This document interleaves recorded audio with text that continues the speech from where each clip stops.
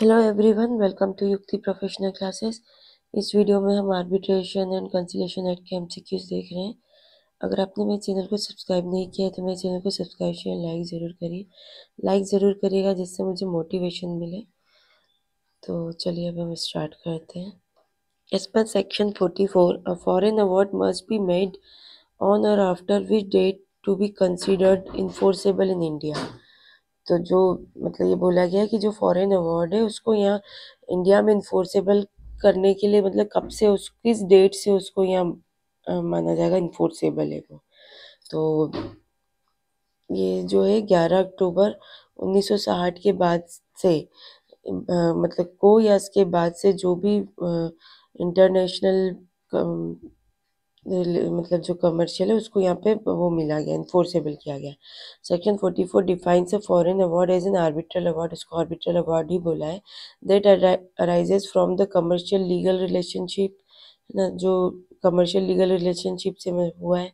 Made on or after, जो बनाए कब गए हो 11 अक्टूबर 1960 को या उसके बाद बनाए गए हो किसी एग्रीमेंट के तहत, under an agreement recognize by convention, जो कन्वेंशन के तहत हो जो कि फर्स्ट शेड्यूल में बताए गए हैं उसके तहत रिकॉग्नाइज किए गए हैं, और कमर्शियल लीगल रिलेशनशिप के तहत 11 अक्टूबर 1960 के बाद या उसको उस तारीख को बनाए गए हो तो वो एक आर्बिट्रल अवार्ड के रूप में इन्फोर्सेबल होगा।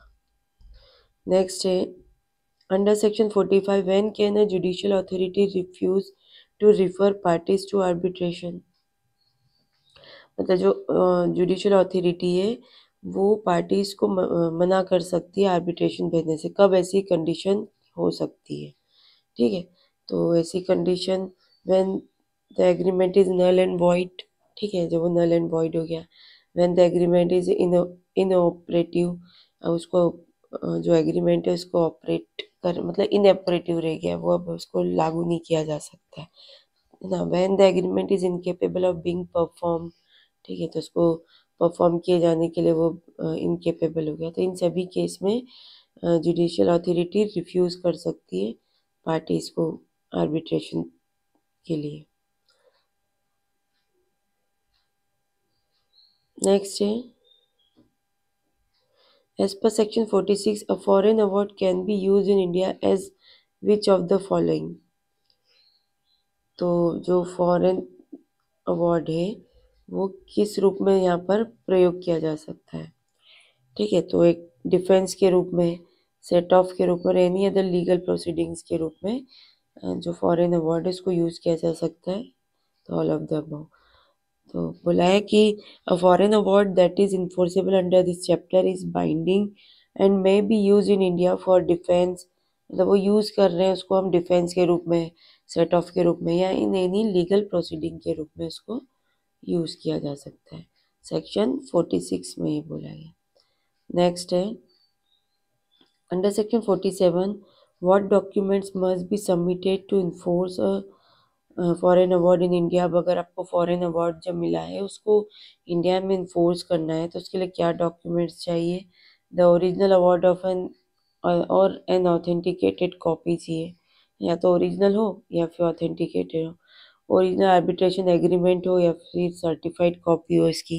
Evidence proving the award is a foreign award, ये एविडेंस की ये जो अवार्ड है वो फॉरेन अवार्ड है। तो ये सभी ऑल ऑफ द अबव इसका राइट ऑप्शन होगा।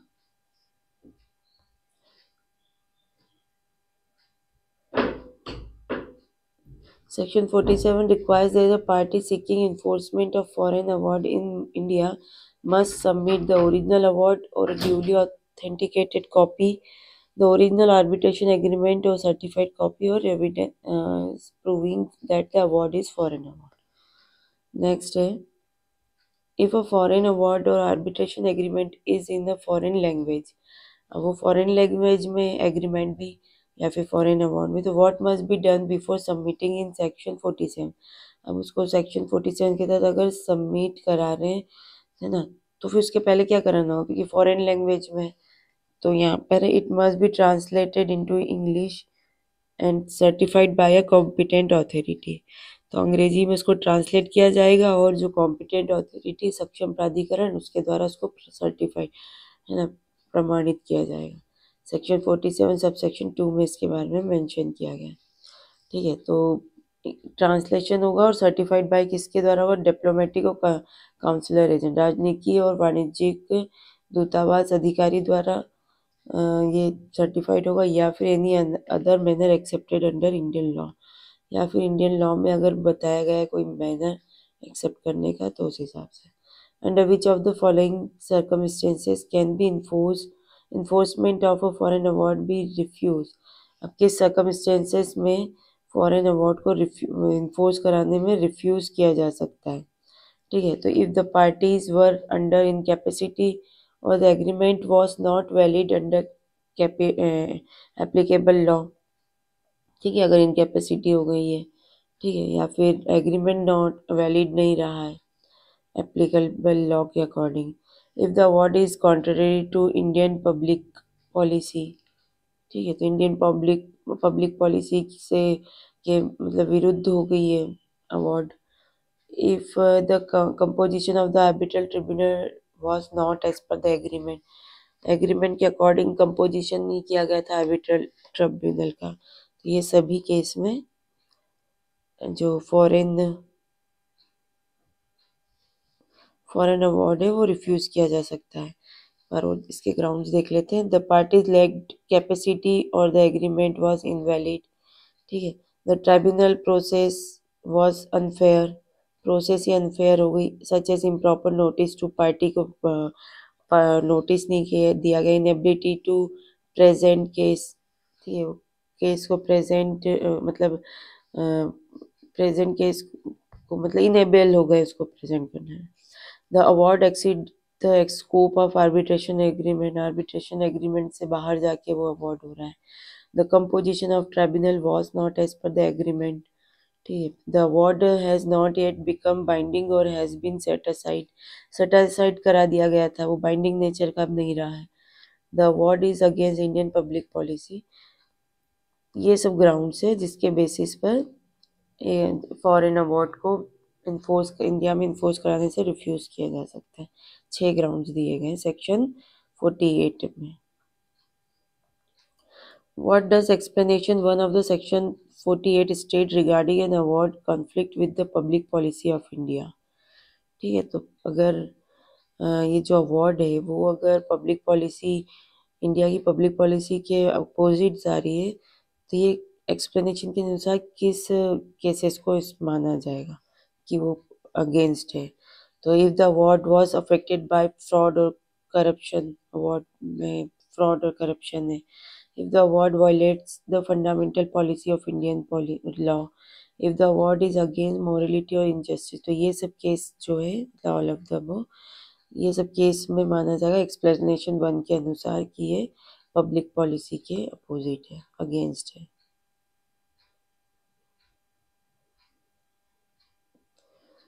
नेक्स्ट है, which section of the Arbitration Conciliation Act deals with the condition for the enforcement of foreign award? मतलब जो ये आर्बिट्रेशन कंसिलेशन एक्ट है कि कौन सा सेक्शन बोला गया है जो फॉरेन अवार्ड के एनफोर्समेंट के लिए शर्तें बताता है, कंडीशन बताता है, तो सेक्शन 48 बताता है। Section 48 of the Arbitration Conciliation Act provides a condition under which enforcement of foreign award may be refused. It includes incapacity of parties or invalidity of the agreement, lack of proper notice to the party, decision beyond the scope of arbitration tribunal composition, not being as per agreement, the award not being binding or set aside in the country where it was made. तो ये वो condition बताता है जहाँ पे award को refuse किया जा सकता है। ठीक है, तो यहाँ पे सीधा से यही है कि उसको उससे रिलेटेड क्या शर्तें हैं, जहाँ मतलब रिफ्यूज करने की क्या शर्तें है या उसको इन्फोर्स कराने के लिए क्या क्या शर्तें हैं, तो उसमें ये ध्यान रखा जाएगा। सेक्शन 48 में मेंशन है। When can a court adjourn the enforcement of foreign award under section 48 subsection 3? Foreign award को एडजर्न कर रहे हैं, बाद के लिए उसको करना जा रहा, पोस्टपोन कर रहे हैं, तो किस सर्कमस्टेंस में कब किया जा सकता है? तो if an application for setting aside or suspension of the award is made, अगर उसको सेट असाइड कराने के लिए एप्लीकेशन की गई है या सस्पेंड कराने के लिए, तो ऐसी दशा में जो फॉरेन अवार्ड है उसका एडजर्नमेंट मतलब इन्फोर्समेंट को एडजर्न कर दिया जाता है। As per section 43 subsection 3, if an application for setting aside or suspension of the award is made to competent authority of the country in which it was made, the Indian court may adjourn the enforcement proceedings and ask the party enforcing the award to provide security. This ensures that if the foreign award is under challenge in the country where it was issued, it is not enforced prematurely in India. तो यहाँ पे यही कि अगर वो उसी foreign award जो है उसी कंट्री में अगर चैलेंज किया जा रहा है जैसे जहाँ वो इशू किया है ना, वहीं पे चैलेंज में है, तो यहाँ पे फिर इंडिया में वो इन्फोर्सेबल नहीं होगा।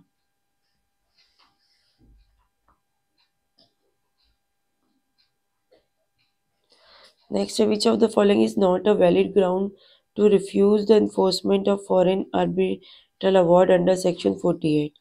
बोला जब क्योंकि रिफ्यूज़ करने की बात करता है सेक्शन 48 की रिफ्यूज़ कर सकते हैं, लेकिन यहाँ बोला है कि जो वैलिड ग्राउंड नहीं है रिफ्यूज़ करने का, वैलिड ग्राउंड होना चाहिए, तो वो कौन सा है कि देखो the award was obtained by fraud, तो ये तो वैलिड ग्राउंड है, यहाँ पे आप इसको रिफ्यूज़ कर सकते हो। तो the arbitral tribunal consider of only one arbitrator, अगर केवल एक ही मध्यस्थ को रखता है तो ये एक वैलिड ग्राउंड हो सकता है।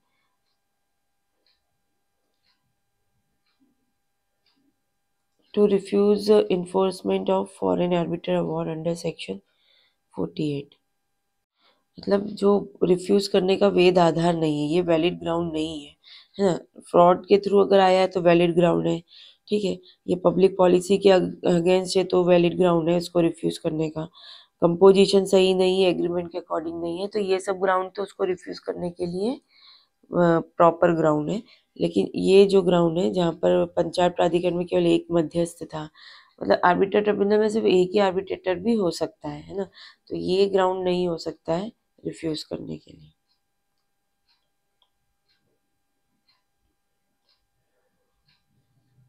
नेक्स्ट है, under which section can the enforcement of foreign award be refuse on the ground that it is contrary to public है, तो सेक्शन 48 में ये बोला गया है कि पब्लिक पॉलिसी के अगेंस्ट है तो उसको वो ये कर दिया जाएगा, रिफ्यूज कर दिया जाएगा इन्फोर्स करने के लिए। If a foreign award is enforceable under the Arbitration Conciliation Act, how it is treated by the court? अब अगर फॉरेन अवार्ड को अगर इन्फोर्स किया जा रहा है तो कोर्ट इसको कैसे ट्रीट करेगी? तो same as a decree of the court, न्यायालय के निर्णय के रूप में ही इसको ट्रीट किया जाएगा कोर्ट के द्वारा। तो एक्सप्लेनेशन है, as per section 49 when the court is satisfied that a foreign award is enforceable under chapter 1, it is deemed to be decree of that court, making it legally binding like a court judgment, तो court judgment की तरह ही ये bind होगा। Under which section can an appeal be filed against the refusal to enforce a foreign award? अब foreign award को refuse कर दिया गया सेक्शन 48 में, तब इसके अगेंस्ट अगर अपील करनी है तो किस सेक्शन में अपील होगी? तो ये सेक्शन 50 धारा 50 में अपील की जाएगी। According to section 50, an appeal can be filed against an order refusing to enforce a foreign award under section 48. However, no second appeal is permitted. कोई second appeal नहीं हो सकती except an appeal to the Supreme Court. Supreme Court को appeal की जा सकती है, लेकिन इसके अलावा कोई second appeal नहीं है। चलिए आज के लिए इतना ही, मिलते हैं हम नेक्स्ट वीडियो में। Thank you.